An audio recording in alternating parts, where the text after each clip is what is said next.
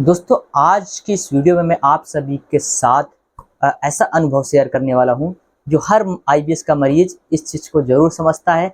मैंने खुद ये चीज़ इन 4-5 सालों में सीख लिया, आप जैसे बहुत सारे मरीजों के थ्रू। तो चलिए इस वीडियो को शुरू करते हैं और डिटेल में समझाते हैं कि आखिर किस तरह से आईबीएस से ग्रसित पेट रोगी उसकी ज़िंदगी किस तरीके से चलती है और उसके साथ क्या-क्या कुछ उन ड्यूरेशन में होता है जिस ड्यूरेशन में वो आईबीएस से जूझते रहते हैं। नमस्कार दोस्तों, मेरा नाम है फराज और आप देख रहे हैं हमारा official YouTube channel Advil expert. Video को लाइक, चैनल को सब्सक्राइब ज़रूर कर दीजिए और ज़रूरतमंद तक इस वीडियो को ज़रूर शेयर कर दीजिए। तो चलिए वीडियो को शुरू कर देते हैं।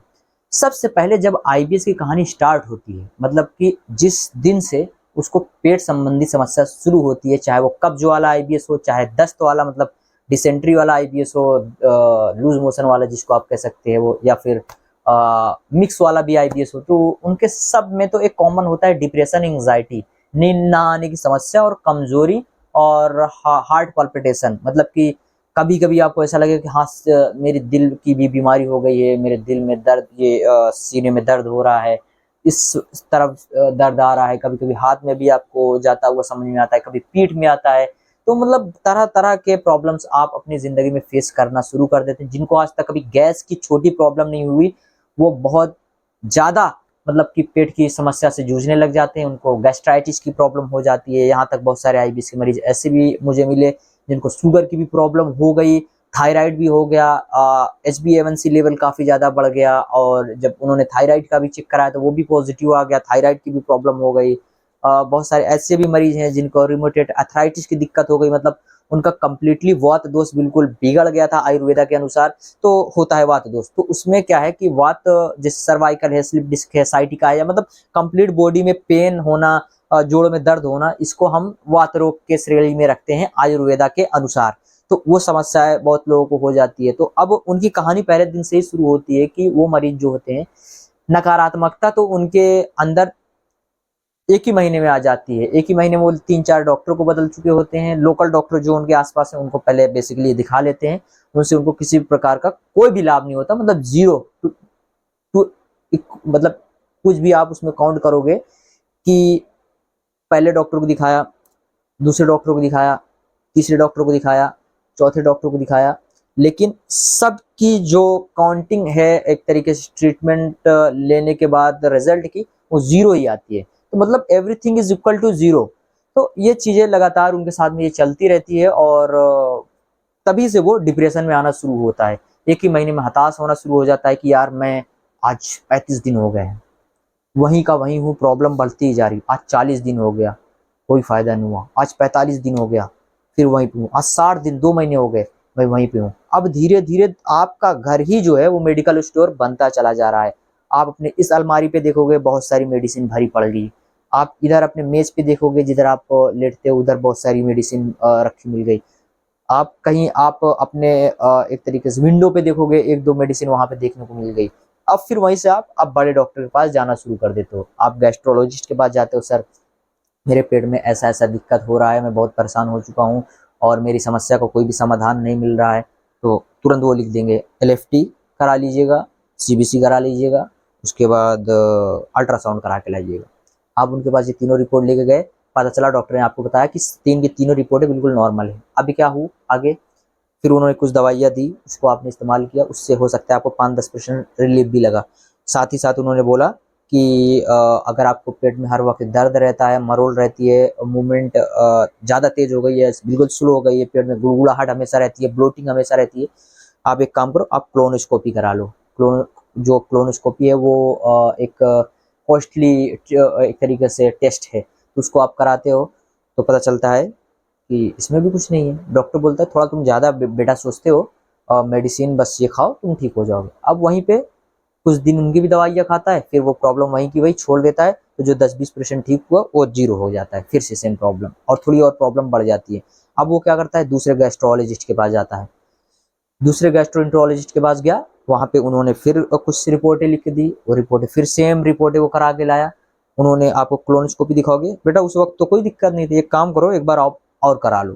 फिर दोबारा से आप वो उनकी टेस्ट कराते हो और उसके बाद फिर वही रिपोर्ट नॉर्मल। डॉक्टर साहब पूरी रिपोर्ट आज भी नॉर्मल है। पैसे बर्बाद पे बर्बाद होते जा रहे हैं। इसी में लाखों रुपए आपके टेस्ट में चले गए, इसी में 2-4 लाख रुपए आपने टेस्ट में बर्बाद कर दिया। कई लाख रुपए आपने दवा खा लिया, और कुछ दवाइयों तो घर पे ही अभी आपको भरी पड़ी मिल रही हैं। उसके बाद फिर यहाँ से उठे तो कुछ अदर अल्टरनेट थेरेपीज वालों के पास गए, वहाँ पे भी इसका इलाज लिया, कोई फायदा नहीं हुआ। तो ये चीज़ आईबीएस के मरीजों के साथ चलता रहता है। उसके बाद फिर जब वो आप 2-4 डॉक्टर को बदल लेते हो, जब घर वाले आपसे पूछते हैं ये पागल हो चुका है, जब देखो तब डॉक्टर बदलता रहता है। फिर अगर आपके साथ है, आपके पेरेंट्स भी गए डॉक्टर के पास, डॉक्टर साहब इसको दिक्कत क्या है, इसकी दिक्कत ही नहीं समझ में आ रही, इसको कौन सी बीमारी हो गई है। इसको कोई बीमारी नहीं है, डॉक्टर बोलता है इनको कोई बीमारी नहीं है, ये मानसिक बीमार हो चुका है। इसकी जो समस्या है बिल्कुल, ये बिल्कुल मतलब कि पूरी तरीके से इस बीमारी में उलझ चुका है ये बिल्कुल। इसको सारी की सारी जो प्रॉब्लम है ये दिमाग में बसा के रखा है, और इसकी जो प्रॉब्लम है कुछ है ही नहीं, ये बिल्कुल ठीक है, लेकिन फिर भी ये रिपोर्टें पे रिपोर्टें करा रहा है। इनकी समस्याएं लगातार चलती ही जा रही हैं, और यही बता रहा है। लेकिन इसको सच बताऊं तो रिपोर्ट के अकॉर्डिंग कोई भी दिक्कत नहीं है, ये बिल्कुल ठीक है। बस ये आप लोगों के सामने ड्रामा कर रहा है कि इसको ऐसा है, इसको वैसा है। तो घर वाले भी सोचते चल उठ तू घर सीधा चल, उसको सीधा वहां से लेते हैं, वो घर पे लेके चले आते हैं, बोलते तुझे कुछ है नहीं, कल से सीधा काम पे लग जाइयो, पढ़ाई लिखाई पे ध्यान दे तू, तुझे कोई दिक्कत नहीं, बस तू नाटक यहाँ पे फैलाए रखता है तू। हाँ, मरीज बना रहता है, हमें सारा वक्त बीमार बना रहता है। डॉक्टर बोल रहा है तुझे कोई प्रॉब्लम नहीं है, तो तू खुद से क्यों बीमार बना बैठा है भाई। अब वो बेचारा खुद जब परेशान है इसलिए बोल रहा है, लेकिन वो भी उस वक्त अपने आप को समझ लेते यार मैं पागल ही हूँ क्या, जब सही में डॉक्टर बता रहे कुछ नहीं है तो कुछ भी नहीं है। चलो फिर उसके बाद फिर कुछ दिन ये चीज चला, आप फिर वही डॉक्टर के पास गए, फिर डॉक्टर पर भाई तू पागल हो गया है बिल्कुल, तुझे जब कोई प्रॉब्लम है नहीं, तेरी सारी रिपोर्ट नॉर्मल है, तो क्यों घर वालों को पैसा बर्बाद कर रहा है, क्यों रोज रोज यहाँ पे तू चला आता है। तो यार वो रोने लग जाता है वहीं पे, या फिर कोई मजबूत बंदा होता है, डॉक्टर को बोल रहा है डॉक्टर साहब मुझे दिक्कत है इसलिए तो मैं आता हूँ यहाँ पे, मुझे दिक्कत नहीं होती मैं क्यों आता। तो डॉक्टर साहब बोलते हैं ये पागल हो गया है, इसको साइकियाट्रिस्ट को दिखाओ।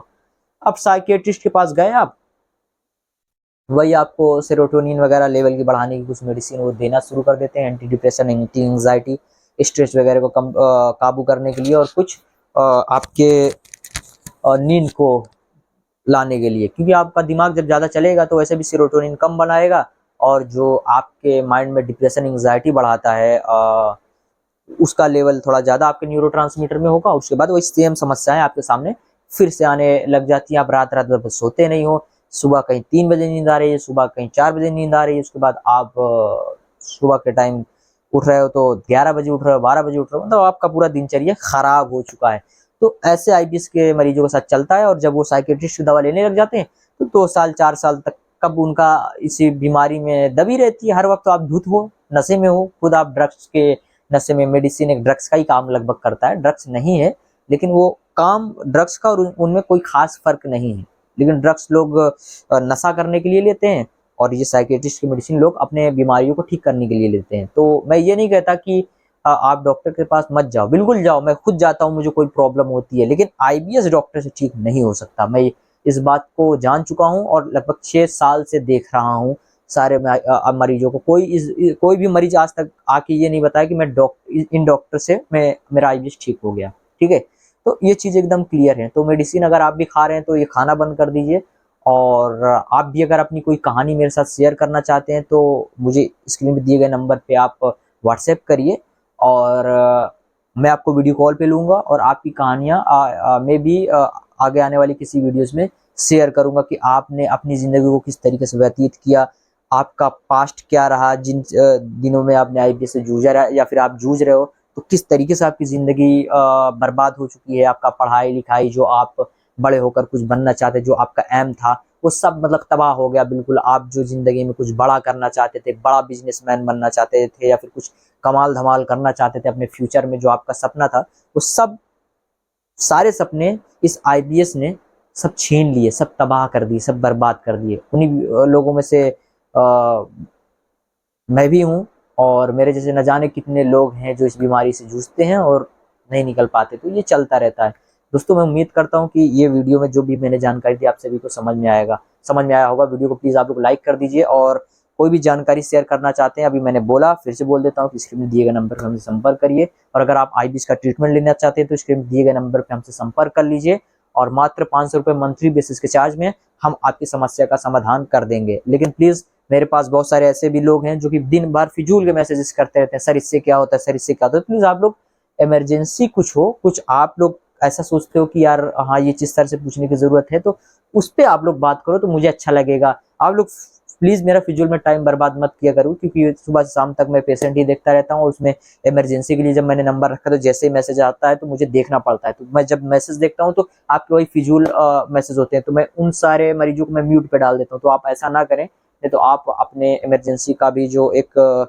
मौका है उसको खो देंगे। तो जब मैं व्हाट्सएप खोलूँगा तभी आपका मैसेज मैं पढ़ पाऊँगा। तो प्लीज़ आप लोग केवल ज़रूरी सवाल जवाब ही व्हाट्सएप में मुझसे पूछा करें, और जो ट्रीटमेंट ले रहे हैं वो लोग ही ज़्यादातर प्लीज़ आप लोग मुझसे कॉन्टैक्ट में रहा करो, क्योंकि जो ट्रीटमेंट नहीं ले रहे हैं उनका सवाल का जवाब देना थोड़ा इसलिए भी मुश्किल होता है कि मुझे उनके बारे में कोई डेटा, उनका कोई रिकॉर्ड नहीं होता कि इनको कौन सा आईबीएस है, डी है, सी है, एम है, या फिर इनको किस तरीके की और प्रॉब्लम है। तो उसके लिए मुझे पहले उनका पूरा एक तरीके से बैकग्राउंड लेना पड़ता है, पूरी जानकारी। उसके बाद ही हम जब पेशेंट नोट में सारी जानकारी नोट कर देते हैं तब मुझे समझ में आता है। तो दोस्तों प्लीज़ वीडियो को लाइक, चैनल को सब्सक्राइब और ज़रूरतमंद तक इस वीडियो को प्लीज़ आप पहुँचा दीजिए। मिलते हैं आपसे अगले वीडियो में, तब तक के लिए बहुत बहुत शुक्रिया।